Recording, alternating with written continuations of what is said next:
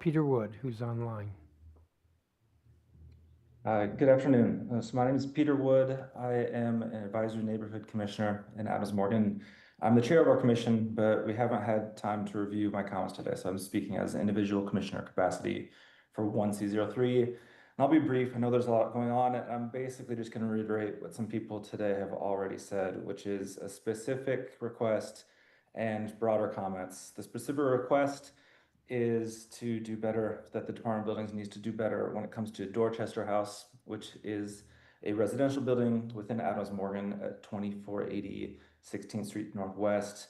As a previous testimony revealed, there was an incident last year that ended in a person losing a limb, and it was because of issues with an elevator. And I say this as someone who's had positive experiences in other circumstances with the Department of Buildings and also with the property management company.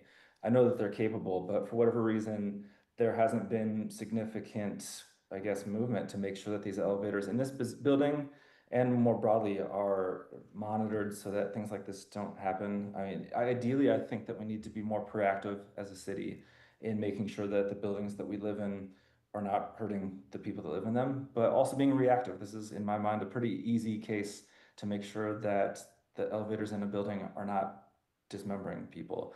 Now, the broader comment is that Adams Morgan is kind of a typical example in the sense that there are big buildings. Those big buildings are old, and if we don't do a good job of making sure that those buildings are in decent shape, we need to do something. Now, this building is in historic preservation district, so that's kind of a separate conversation on a bigger picture solution to old buildings aging and being unsafe. But short of that conversation, at the very least, we need to make sure that there's trust between agencies like the Department of Buildings and the people who live in buildings in DC.